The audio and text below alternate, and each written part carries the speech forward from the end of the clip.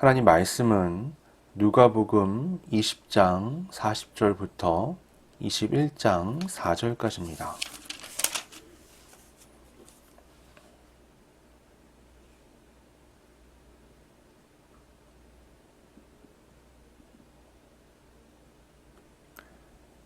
죄송합니다. 누가복음 20장 41절부터 21장 4절까지입니다. 봉독하겠습니다. 예수께서 그들에게 이르시되 사람들이 어찌하여 그리스도를 다윗의 자손이라 하느냐.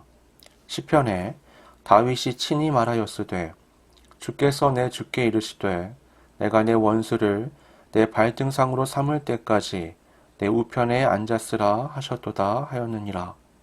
그런즉 다윗이 그리스도를 주라 칭하였으니 어찌 그의 자손이 되겠느냐 하시니라. 모든 백성이 들을 때에 예수께서 그 제자들에게 이르시되 긴 옷을 입고 다니는 것을 원하며 시장에서 문안받는 것과 회당의 높은 자리와 잔치의 윗자리를 좋아하는 서기관들을 삼가라.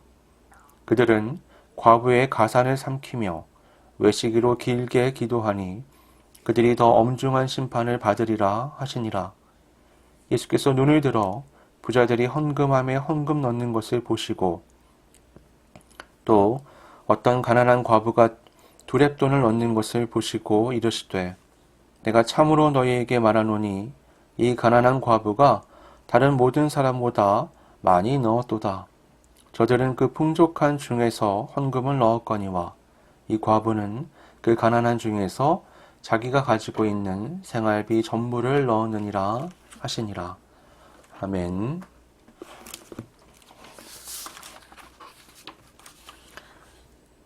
유대인들은 하나님의 말씀을 오해하는 경우가 많습니다.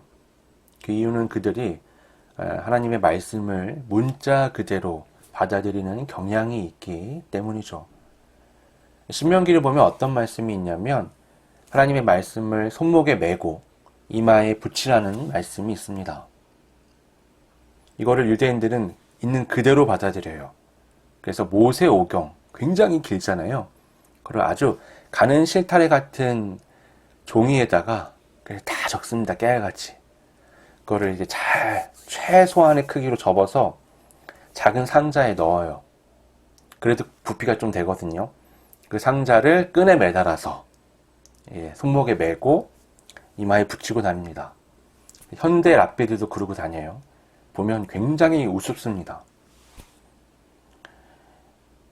이 말씀은요, 하나님의 그 구원의 역사를 반드시 기억하라는 말씀이에요. 근데 이거를 그냥 문자 그대로 이해하게 되면 이상해지는 거죠. 이 말씀의 서두에는 어떤 말씀이 있냐면 이 말씀을 너는 마음에 새기고 라고 말씀합니다. 그거를 문자 그대로 이해하면 어떻게 할 거예요? 이 말이 안 되잖아요. 그러니까 마음에 새기는 방식 중에서 우리가 육체의 한계가 있기 때문에 이마에도 붙이고 손목에도 매라고 말씀을 했던 겁니다. 무엇을 생각하든 무엇을 행동하든 그 구원 역사를 이루신 하나님의 말씀을 중심에 두고 살아가라는 말씀이죠. 근데 그걸 있는 그대로 이해해서 상자를 달고 다닌다는 것은 하나님의 의도를 오해하는 겁니다. 지난주가 우리가 나눴던 말씀에서도 이런 오해가 잘 드러났죠. 예수님을 찾아온 사두개인 무리는 당시 유대인들에게 아주 곤란했던 질문을 예수님께 드립니다. 7 형제가 차례로 같은 여자를 아내로 맞이했다면 부활하는 날 이 여자는 누구의 아내가 될 것이냐? 라는 거죠. 예수님은 그들이 이런 질문을 하는 이유가 부활에 대해서 잘못된 사고를 갖고 있기 때문이라고 말씀합니다. 결혼은 현재 시대에 이 죄의 시대에나 유효한 거지 하나님의 시대, 부활의 시대에는 전혀 다른 관계가 형성될 것이다 라고 말씀하시죠. 사람이 지닌 죄의 본성은 나 자신이 최우선에 있습니다. 내 감정, 내 판단, 내 느낌이 삶의 기준이 되죠. 그런데 우리는 본래 관계 가운데서 함께 살아가도록 창조되었습니다. 그래서요, 이 이기적인 죄의 본성을 가졌음에도 불구하고 또 하나님의 창조 원리를 따라 우리는 관계 속에 살아가죠. 그러니까 나 중심적인 사고와 또 관계를 맺어야 한다는 이 복잡한 상황 속에서 문제가 끊임없이 발생하는 겁니다. 결혼은 죄로 인한 자기중심적인 자세에도 불구하고 관계를 만들어갈 수 있는 이 죄의 세상에서 하나님이 베푸신 최소한의 울타리입니다. 결혼의 순기능은 뭐냐? 결혼의 순기능은 이 타인과 가정을 이루고 어우러지는 과정을 통해서 이타적인 삶을 배워나가는 겁니다. 그전에 할 수 없었던 나의 생각을 바꾸고 나의 감정을 넓히고 관계 속에서 내가 아닌 우리를 향한 삶의 방식을 배워가는 거죠. 거기서 멈추지 않고요. 결혼의 순기능은 이 가정의 울타리를 넘어서 세상에 있는 많은 사람들과 어우러지는 하나님의 형상을 회복하는 겁니다. 그런데 우리 죄의 본성은 결혼의 의미도 왜곡시키죠. 결혼을 했음에도 불구하고 자기중심적인 태도를 계속 유지하면서 배우자와 연합하지 않는 겁니다. 우리를 위한 결혼이 아니라 나를 위한 결혼으로 만들어버리는 거죠. 그게 아니면 집단 이기주의에 빠지기도 합니다. 작은 가정이랑 울타리를 만들어 놓고 그 안에서만 결속을 강하게 유지하면서 그 외는 배타적으로 구는 거죠. 이처럼 결혼은 죄인인 우리가 하나님의 창조 때의 모습을 회복해가는 하나의 수단이라고 말할 수 있는데요. 부활 후의 삶은 더 이상 이런 죄인의 삶이 아니기 때문에 더 이상 결혼 제도도 필요하지가 않습니다. 사람은 더 이상 그 작은 울타리조차도 제대로 형성을 못하는 존재가 아니라 부활한 모든 사람들은 온 세계에 있는 모든 사람들과 열린 자세로서 관계 맺어 나갈 수 있는, 나아가서는 모든 만물과도 회복된 관계의 삶을 살 수 있는 그런 세계가 바로 부활의 세계입니다. 유대인들의 오해는 메시아에 대한 거에 있어서도 마찬가지로 나타났습니다. 오늘 본문을 보면 예수님이 이렇게 말씀하시죠. 어찌하여 그리스도를 다윗의 자손이라 하느냐. 이거 많이 들어보던 얘기죠. 다윗의 자손 예수여. 성경에 많은 유대인들이 그렇게 표현을 한단 말이에요. 근데 이 표현 오늘날 그리스도인들이 우리가 하나요? 우리 하지 않죠. 우리가 예수님을 향해서 다윗의 자손 예수여 우리의 기도를 들어주셔서 뭐 어쩌습니다 이런 얘기 안 하잖아요. 우리가 하는 표현은 독생자 예수죠. 독생자가 뭐예요? 하나님의 유일한 아들 예수 그리스도라는 표현이 담겨 있는 거예요. 그러니까 우리는 하나님의 아들이란 이미지를 가지고 예수님을 접근하는데 당시 유대인들은 다윗의 자손이라는 이미지를 가지고 예수님을 접근했던 겁니다. 예수님이 문제 삼으시는 거예요. 야, 왜 메시아를 다윗의 자손이라고 말해? 그 이상한 거 아니야? 라고 말씀하시는 거죠. 왜냐하면 이 표현은요. 사실은 다윗의 자손 중에 메시아가 나올 것이다 라는 의미를 담고 있기도 하지만 이건 정상적인 거죠. 다윗이라는 거대한 울타리 안에 있는 메시아라는 이미지도 가지고 있는 겁니다. 다윗은 어떤 사람이에요? 왕 중의 왕, 왕의 모범, 하나님 마음에 합한 자, 최고의 왕으로서 기억되는 존재란 말이죠. 그 후손인 메시아는 다윗이라는 거대한 울타리를 넘어서지 못하는 한계를 가진 존재로서 인식이 되는 겁니다. 근데 다윗은 누구예요? 이스라엘의 왕이잖아요. 이스라엘 안에서는 대단한 왕일지 모르지만 온 세계 역사, 하나님의 나라까지 생각해보면 그건 너무나 작은 울타리에 불과한 거죠. 그런데 다윗이란 이미지를 가지고 자꾸 메시아를 바라보면 메시아 역시 이스라엘이란 작은 울타리 안에서 그들의 구원자로서 이해되는 메시아로서 이해되는 겁니다.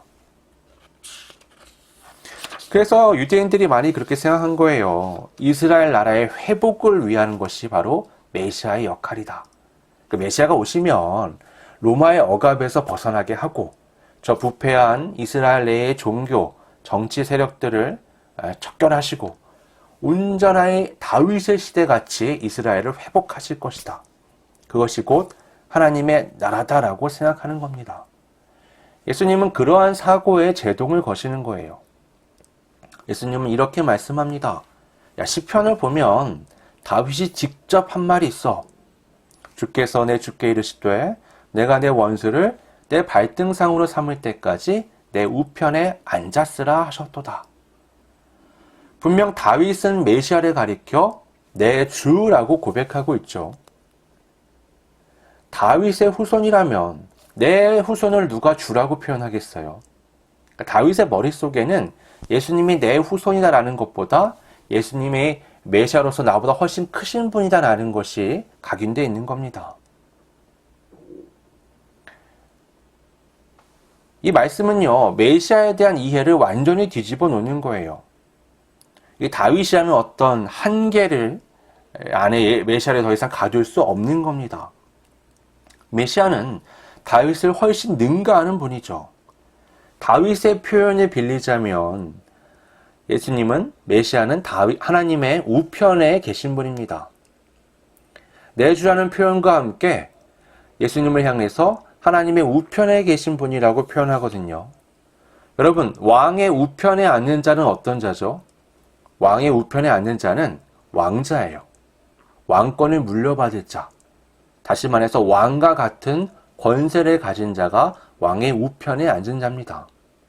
다윗이 본 예수님은 내 후손이 아니라 하나님의 왕권을 가지신 하나님의 아들인 거예요.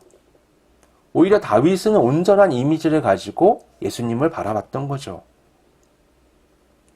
유대인들의 눈에 다윗은 최고의 왕이지만 다윗의 관점에서 보면 메시아는 자신과 비교도 되지 않는 너무나 높은 겨우 나 정도의 일이 아니라 하나님의 일을 하실 하나님의 권세를 가진 분으로 비춰졌던 겁니다.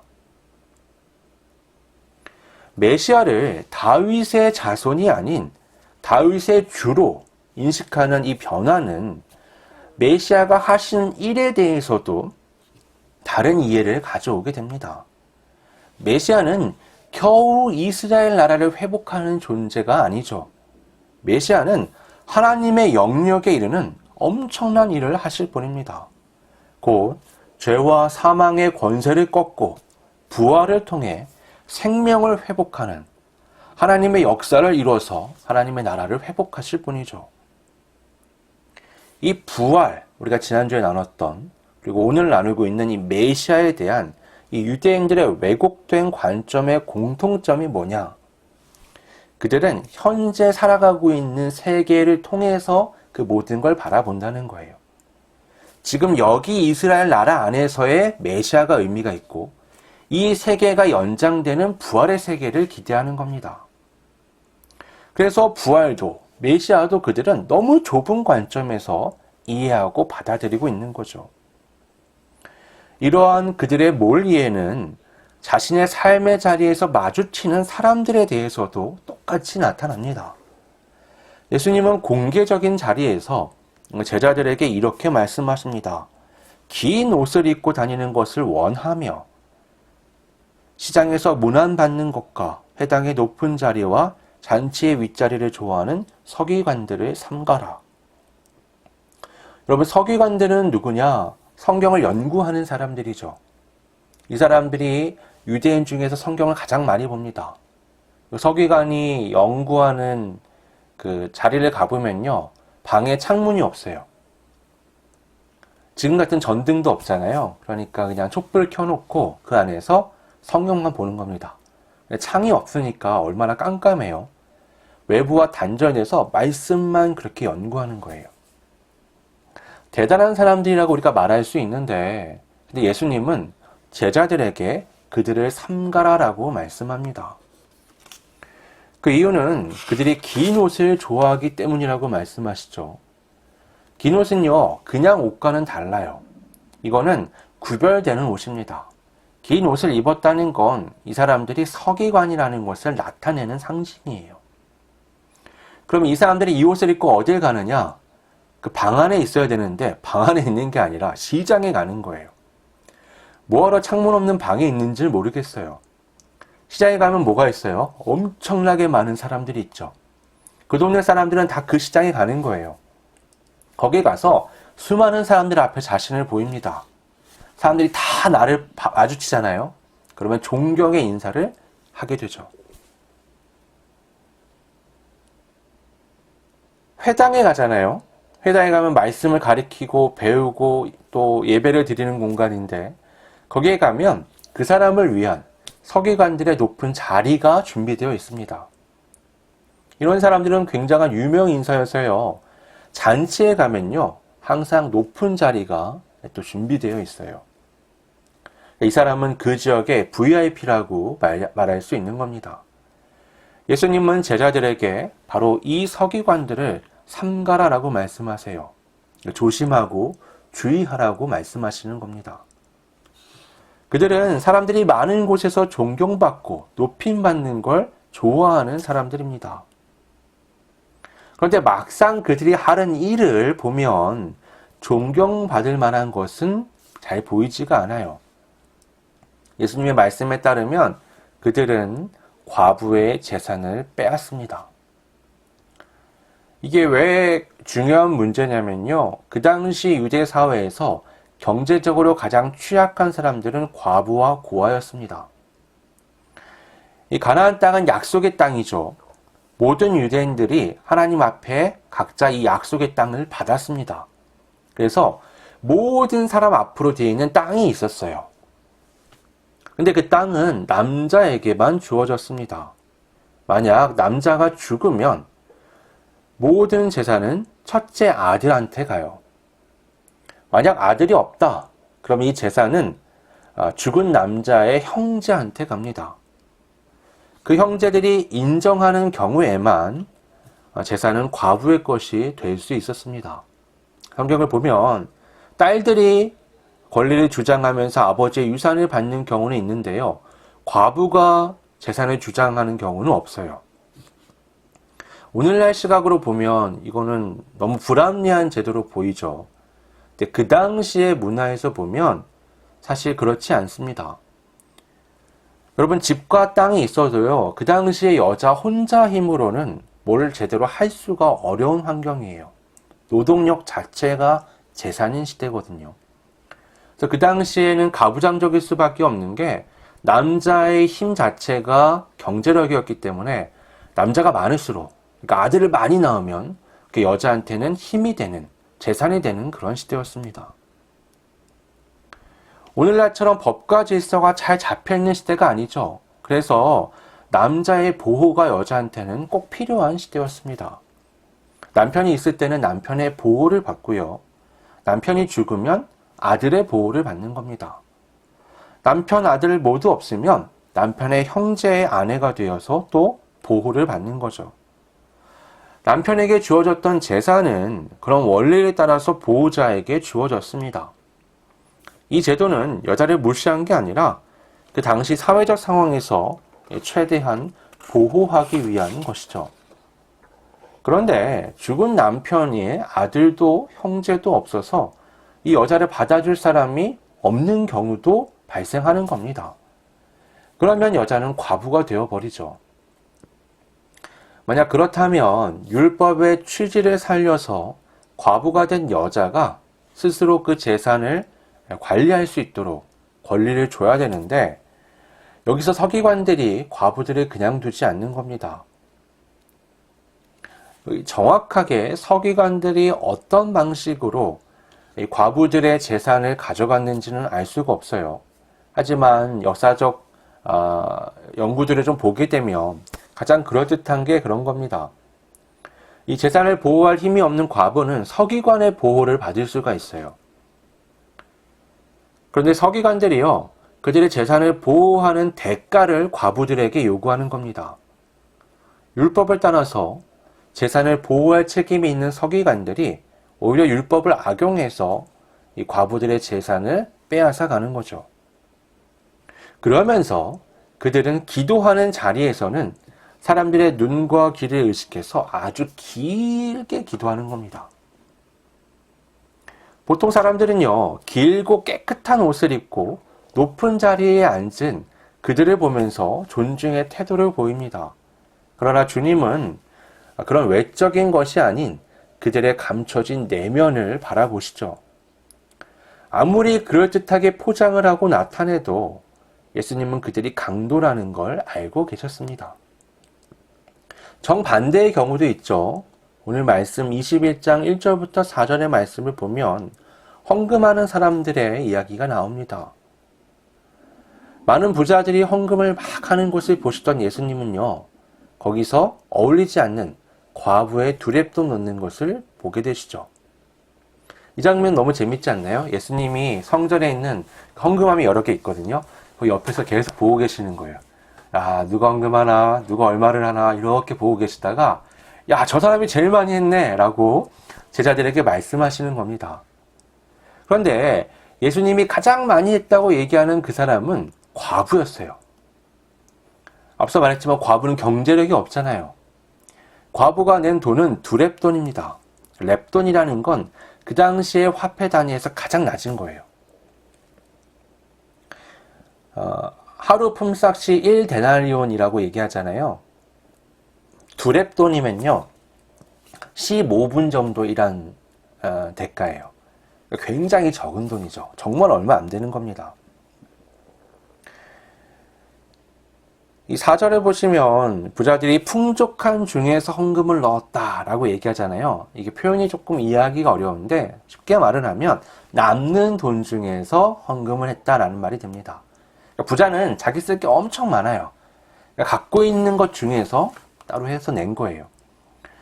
그런데 예수님은 두랩돈을 넣은 이 여인이 더 많은 헌금을 했다라고 말씀하십니다. 두랩돈은 부자의 주머니에 없는 돈이에요.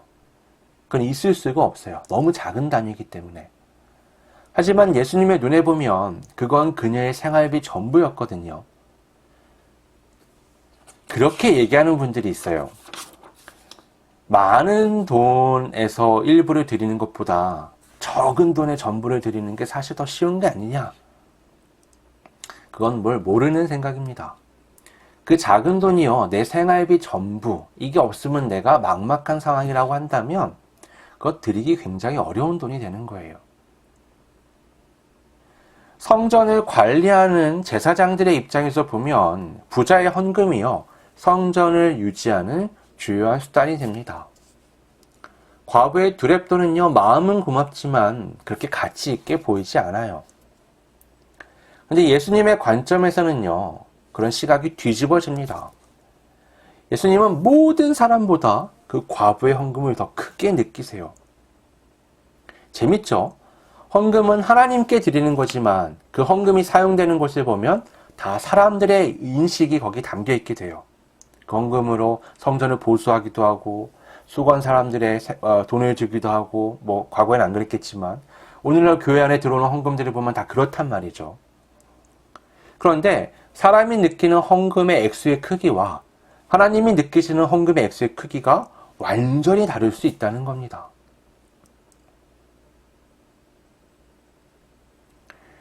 가난한 사람은요, 당장 헐벗고 줄인 상황에서 가진 모두를 드린다는 게 너무나 힘든 일입니다.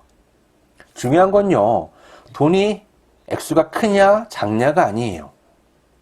중요한 건 헌금을 드리는 사람의 마음의 크기입니다.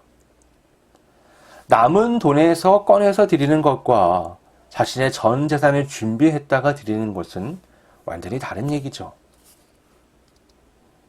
우리의 눈에는 액수가 보이지만 주님의 눈에는 그 헌금을 드리는 사람의 마음이 보이는 겁니다. 결혼을 통해 본 부활에 대한 개념, 메시아가 다윗의 후손이 아닌 다윗의 주라는 개념, 서기관이 긍정적인 자가 아니라 부정적인 자라는 개념, 과부가 드린 두랩돈의 가치가 모든 부자들이 드린 헌금보다 더 크다는 개념은 당시 유대인들이 갖고 있는 그 일반적인 사고를 완전히 뒤집는 겁니다. 예수님은 제자들에게 이게 중요하다라고 말씀하세요.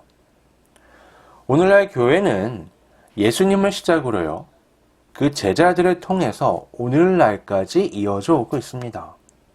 교회는 예수님의 의도처럼 세상의 일반적인 시각이 아닌 주님의 눈으로 볼 때 의미 있는 가치를 따라서 교회가 발전해 나가야 합니다. 겉으로 나타나는 것에 이끌리는 것은 선악과를 탐했던 아담의 그 죄의 본성, 죄의 방식을 따르는 거예요. 하나님의 말씀에 초점을 맞춰야 우리는 온전한 가치를 따를 수 있습니다. 여러분 생각해 보세요. 하나님은요, 눈에 보이는 어떤 걸 남기지 않으세요. 왜냐하면 그게 우리에게 진정한 가치인 하나님을 바라보지 못하게 만드는 걸림돌이 되기 때문이에요. 성전도 완전히 파괴하셨죠. 성경의 원본도 찾을 수 없게 하셨죠. 모세의 무덤은 찾을 수가 없습니다. 하나님은 상징이 될 만한 것들, 우리가 매일 만한 것들을 중요하게 여기지 않으세요. 왜냐하면 실제로 그것들은 하나님을 향하게 하는 것이 아니라 죄를 향하게 할 가능성이 크기 때문입니다. 먹으면 반드시 죽으리라는 말씀에 초점을 맞춰야 하는데 선악과에 초점을 맞추게 되면 죄에 빠지게 되는 겁니다. 그리스도인은 세상의 성공 가치를 따라서는 안 됩니다. 세상은 그럴듯한 옷차림, 그럴듯한 환경, 그럴듯한 사람들과 만나서 교제하는 것에 성공이라는 타이틀을 붙이게 되죠. 그러나 하나님은 전혀 다르게 보십니다. 만약에 그게 성공이라면 예수님이 말구유에 태어나서 갈릴리 촌놈 출신으로 이스라엘 유대 땅에 가서 예루살렘에서 그렇게 비참한 최후를 갑자기 당하실 이유가 없었겠죠. 예수님이 걸어가신 길과 유대인들이 상상하던 메시아의 모습은 완전히 정반대에 있는 겁니다. 하나님은 전혀 다르게 보십니다. 하나님은 나가 중심이 되는 그 삶을 혐오하세요. 그건 아담의 죄를 따르는 삶의 방식이기 때문입니다. 아무리 그럴듯하게 꾸미고 언행을 조심해도 예수님은 우리 속 안에 있는 가장 깊은 곳을 꿰뚫어 보십니다.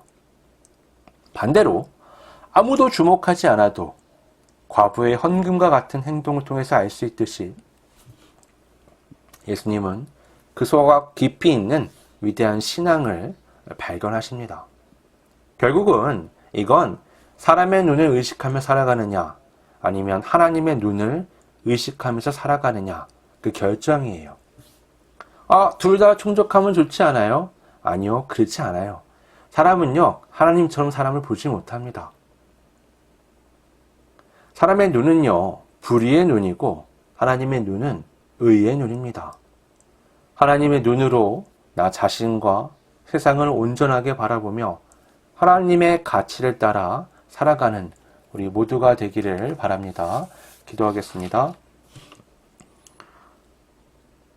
아버지 하나님, 지금 여기서 죄의 눈으로 바라보면 부활도 우리의 구원자 되시는 예수 그리스도도 우리가 살아가면서 행하는 모든 신앙의 행위도 왜곡될 수밖에 없음을 성경을 통해서 알았습니다. 거꾸로 하나님의 관점에서 부활 이후의 세계의 관점을 가지고 이 삶을 바라보면 이전에 보지 못하던 주님의 눈으로 바라보는 놀라운 새로운 의미들이 회복됨을 우리가 또한 알았습니다. 사람의 눈이 아닌 하나님의 눈, 하나님의 말씀이 우리 삶의 기준이 되어 우리 모든 삶의 자리에서 그 말씀을 따라 살아가기를 다짐합니다. 사람들이 하는 칭찬, 사람들이 하는 격려, 사람들이 내뱉는 비난, 그 많은 것들이 신경이 안 쓰일 수는 없지만 그보다 더 하나님이 나를 어떻게 생각하시는가, 하나님의 지금의 나의 삶, 나의 결정, 나의 다짐, 나의 언행을 어떻게 보시는가를 더 신경 쓰며 살아가는 건강한 그리스도인의 삶이 될 수 있도록 성령 하나님 인도하여 주시옵소서. 거룩하신 예수님의 이름으로 기도드립니다. 아멘.